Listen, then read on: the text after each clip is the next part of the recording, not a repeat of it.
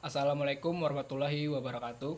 Perkenalkan, nama saya Ahmad Fadilah Maulana dengan NIM 1904 120162, Prodi Ekonomi Syariah kelas D semester 2. Video ini untuk menyelesaikan tugas ujian akhir semester mata kuliah Sejarah Peradaban Islam. Di sini saya akan menceritakan riwayat hidup seorang Sultan Zahiruddin Muhammad Babur. Babur bernama lengkap Zahiruddin Muhammad Babur.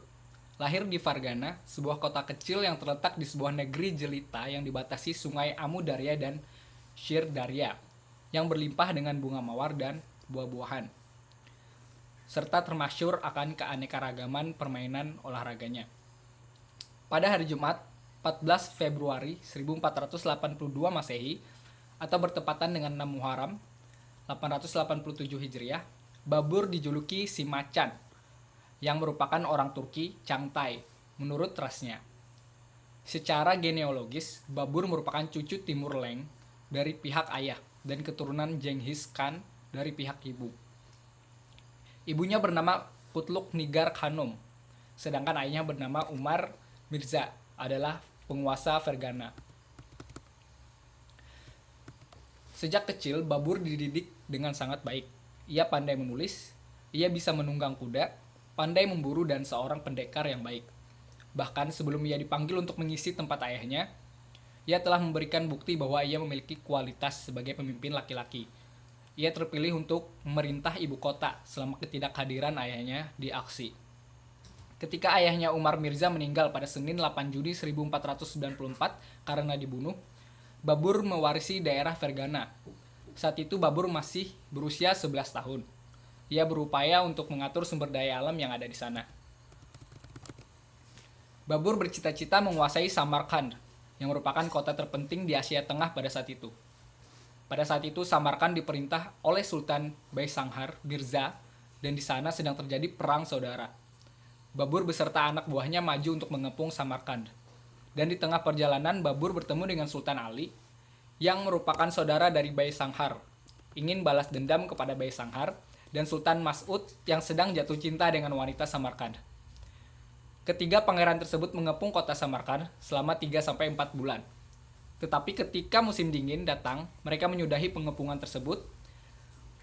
Babur dan Sultan Ali mengatur perencanaan pengepungan di tahun depan. Sultan Ali kembali ke Bukhara untuk membuat persiapan pengepungan tahun depan. Sementara itu, setelah mendapatkan cinta istrinya Sultan Mas'ud kembali ke negaranya, walaupun pengepungan kota Samarkand yang pertama ini gagal, namun Babur tetap bersemangat untuk melanjutkan misinya. Babur menghabiskan musim dinginnya untuk membuat persiapan serangan ke Samarkand dengan cermat. Setelah semuanya sudah siap, Babur bergerak menuju Samarkand dan dia menyerahkan segala urusan di Fargana kepada Auzun Hasan dan Ali Dost Taghai. Sementara itu Sultan Samarkand, Baisanghar, menyadari bahwa saudaranya Sultan Ali telah memperbarui serangan untuk melawannya. Dengan bergabung dengan Sultan Ali, Babur bergerak maju menuju Samarkand. Shiraz dapat ditundukkan. Babur mengepung Samarkand selama 7 bulan. Pada saat itulah Sultan Baisanghar beserta 300 pengikutnya menderita kelaparan dan melarikan diri ke Kunduz untuk mencari perlindungan kepada Khosrow Shah. Babur menduduki Samarkand tidak begitu lama di Fargana, yang merupakan ibu kotanya, mengalami sedikit permasalahan. Setelah mampu meredakan masalah yang ada di Fargana, Babur kembali ke Samarkand. Namun sayang di Samarkand juga sedang terjadi pemberontakan. Kemudian berkat bantuan dari Ismail I, raja dari dinasti Safawi, Babur dapat menaklukkan kota Samarkand pada tahun 1494 Masehi. Setelah menguasai Samarkand, Babur pergi menggembara, dan di tengah pengembaraannya ia bertemu dengan Amir Muhammad Bakr di Tirmiz, yang menyarankan agar Babur mencoba peruntungan di Kabul. Pada tahun 1501, Raja Kabul Ulugh Beg meninggal dan menyerahkan tahta kerajaan kepada anaknya Abdur Razak Mirza. Namun Zikr Beg berupaya untuk menentang pemerintahannya. Kemudian Zikr Beg dibunuh oleh Abdur Razak Mirza. Hal ini memicu terjadi pemberontakan selanjutnya. Di sisi lain, Negara tetangga ini perintah oleh Zunun Bek Argun melalui putra bungsunya, Muhammad Mukim, menyerang Kabul dengan pasukan Hazara dan memaksa Abdul Razak untuk mencari perlindungan di antara orang Afgan. Muhammad Mukim memegang posisi di Kabul selama 2 tahun. Babur bergerak maju ke arah Kabul. Babur dengan mudah bisa menyingkirkan Muhammad Mukim. Setelah berhasil menduduki Kabul tahun 1504, Babur berbaris di sepanjang jalan Peshawar sampai Atok, melewati Khyber dan menyeberangi sungai Indus. Setelah melakukan beberapa diskusi, pada bulan September 1507, ia memutuskan untuk berbaris ke arah Hindustan. Pada saat itu, Ibrahim Lodi, penguasa India sedang dilanda krisis, sehingga stabilitas pemerintahan menjadi kacau. Dan pada tahun 1525 Masehi, Babur berhasil menguasai Punjab dengan ibu kotanya Lahore. Setelah itu, ia memimpin tentaranya menuju Delhi. Pada tanggal 21 April 1526 Masehi, terjadilah pertempuran yang dahsyat di Panipat antara pasukan Babur dan pasukan Ibrahim Lodi. Ibrahim Lodi beserta ribuan tentaranya terbunuh dalam pertempuran itu. Babur memasuki kota Delhi sebagai pemenang dan menegakkan pemerintahan di sana. Dengan demikian, berdirilah kerajaan Mughal di India. Babur merupakan seorang prajurit, penyair, dan pahlawan yang telah menginspirasikan para pembuat biografi, sejarawan, dan humanis. Ketika menaklukkan seluruh dunia, ketika mengorbankan hidupnya ketika masih di dalam usia yang sebaik-baiknya untuk menyelamatkan putranya, dalam suatu pengorbanan mistis yang tidak dapat dianalisis. Kejujuran memenuhi autobiografinya, The Babur Namah, dan ini akan menjadi teladan bagi dinasti Mughal di kemudian hari. Dia mencatat kejujuran yang sama bahwa penderitaannya disebabkan oleh keinginannya yang besar terhadap seorang anak laki-laki dan sumpahnya untuk meninggalkan minuman keras yang dicintainya sebagai suatu persembahan pengorbanan jika Tuhan memberinya kemenangan di medan pertempuran yang akan menentukan nasib India. Dua kutub masyarakat Asia Tengah, penakluk dan orang-orang suci telah menyebabkan kontradiksi dalam lingkungan Indianya. Garis silsilah Babur berasal dari sebuah ranting kecil dari pohon besar yang muncul di Asia Tengah dan dinisbatkan kepada Raja Taimur, yaitu Timur Leng. Sebagai seorang anak laki-laki, dia sadar tentang kemunduran kerajaan Timur di Asia Tengah yang kembali kacau ketika para panglima perang saling berperang. Babur merupakan orang yang sangat berani dan ambisius. Dia mengklaim bahwa kembali peninggalan Taimur dan mengembalikan kemasyhuran nama Samarkand. Dalam beberapa kejadian, dia gagal dalam merebut Samarkand dan setelah itu berhasil menundukkan Kabul. Kemudian dia melintasi Khyber pas masuk ke India. Sama sekali dunia yang berbeda, namun keluarganya akan membuatnya menjadi dunia mereka sendiri. Babur datang dari Asia Tengah, bukan sebagai seorang babur yang bertekad untuk merampas dan menjarah, tapi dengan ide-ide yang kuat tentang peradaban, arsitektur dan administrasi.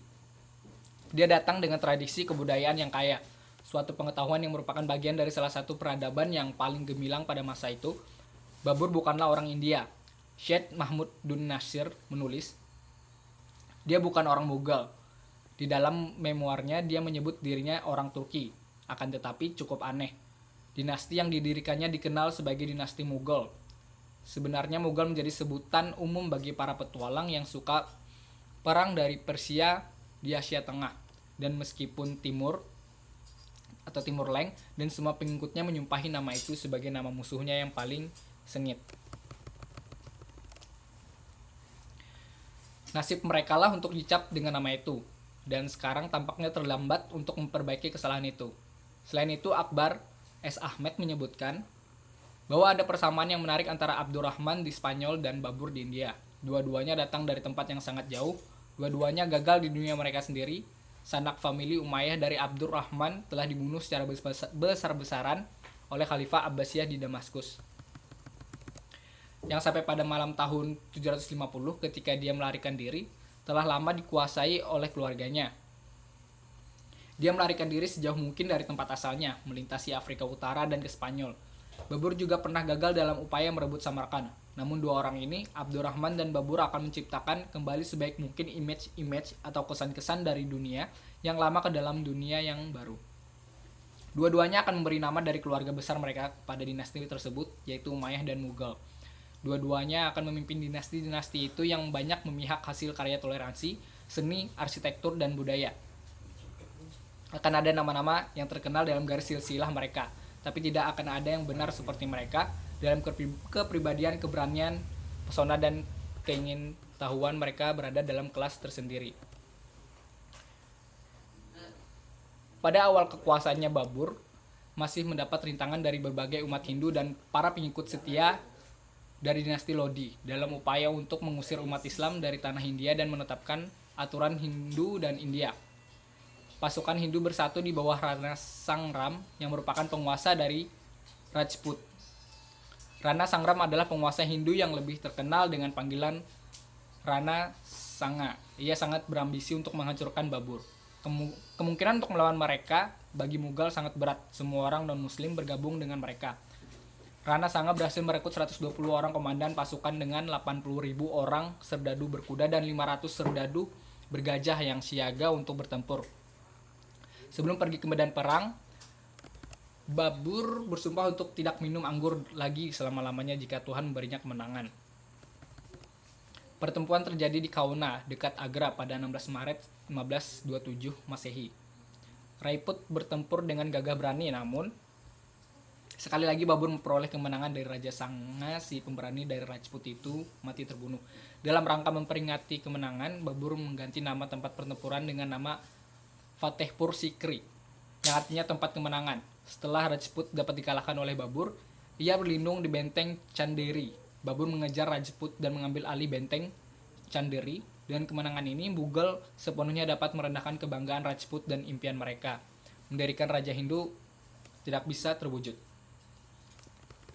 Sementara itu, sisa-sisa bangsawan Afgan masih ada yang setia kepada keluarga Lodi. Orang-orang Afgan ini berjuang mati-matian dalam upaya untuk merebut kembali kekuasaan.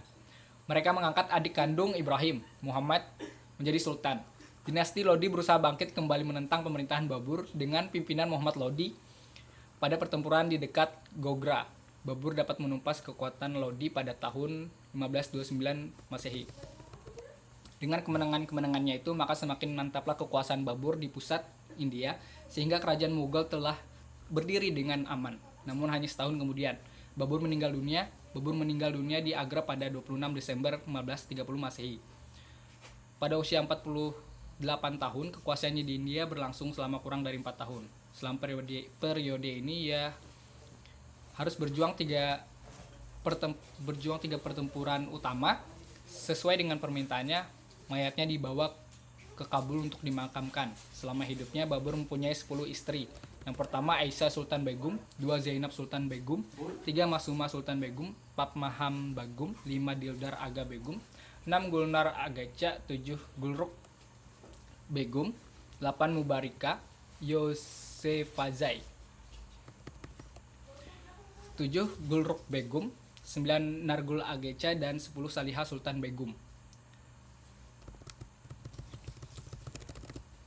Teladan yang dapat diambil dari Sultan Zahiruddin Muhammad Babur ini adalah sifatnya yang pemberani, pantang menyerah untuk menggapai cita-citanya, selalu melewati rintangan seberat apapun di hadapannya. Sesuai dengan namanya, Babur seekor harimau di antara manusia yang gigih, memimpin kehidupan dengan luar biasa, penuh petualangan dan prestasi luar biasa. Dia bukan hanya seorang jenderal terampil, ia juga seorang penyair, sarjana, seniman. Sekian kisah perjalanan dari seorang Sultan Zahiruddin Muhammad Babur. Semoga dapat bermanfaat dan bisa menjadi teladan bagi kita semua. Terima kasih. Wassalamualaikum warahmatullahi wabarakatuh.